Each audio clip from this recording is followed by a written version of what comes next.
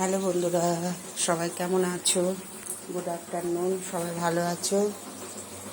আমি আছি ভালো। চলো রোজই শেয়ার করি কি রান্না করেছি, দেখাই তোমাদের। এই যে ভাত বসিয়েছি, এখনো ভাত হয়নি, এই মাত্র চাল দিলাম। আজকে বানিয়েছি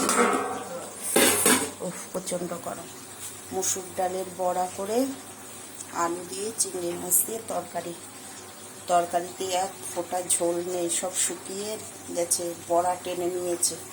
আর একটু এখানে বড়া করেছি ভাজা খাওয়ার জন্য আর কি। আর এটা তো তরকারির বড়া করেছিলাম। মসুর ডাল আছে আর ওর মধ্যে একটু ছোলার ডাল দিয়েছি, দোনো পেস্ট করেছি, করে যাচ্ছে মিক্সিতে। এই বাবা, কড়াই একটু উল্টে যেত। আর এখানে হচ্ছে ছোলা দিয়ে পেঁপে আলুর তরকারি, ঘন্ট, ঘি গরম মশলা দিয়ে।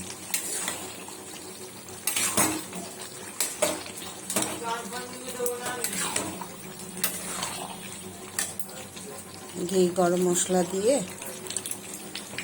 করছি পেঁপে আলুর ঘন্ট, ছোলা দিয়ে, লাল চানা আছে ওই দিয়ে।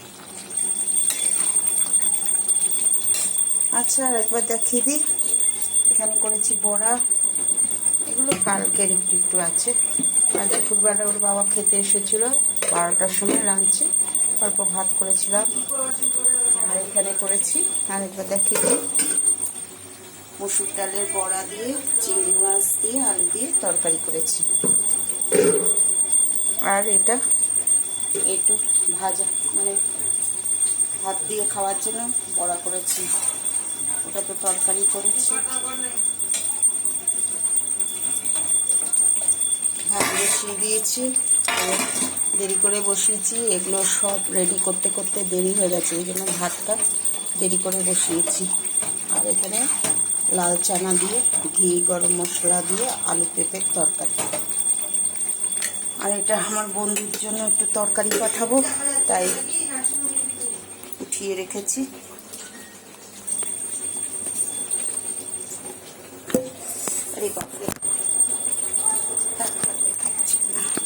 আচ্ছা বন্ধুরা, সবাই ভালো থেকো, সুস্থ থেকো। Good afternoon. অনেক বেলা হয়ে গেছে গো, ভিডিওটা এখানে ছোট করে বানালাম। সবাই ভালো থেকো, সুস্থ থেকো।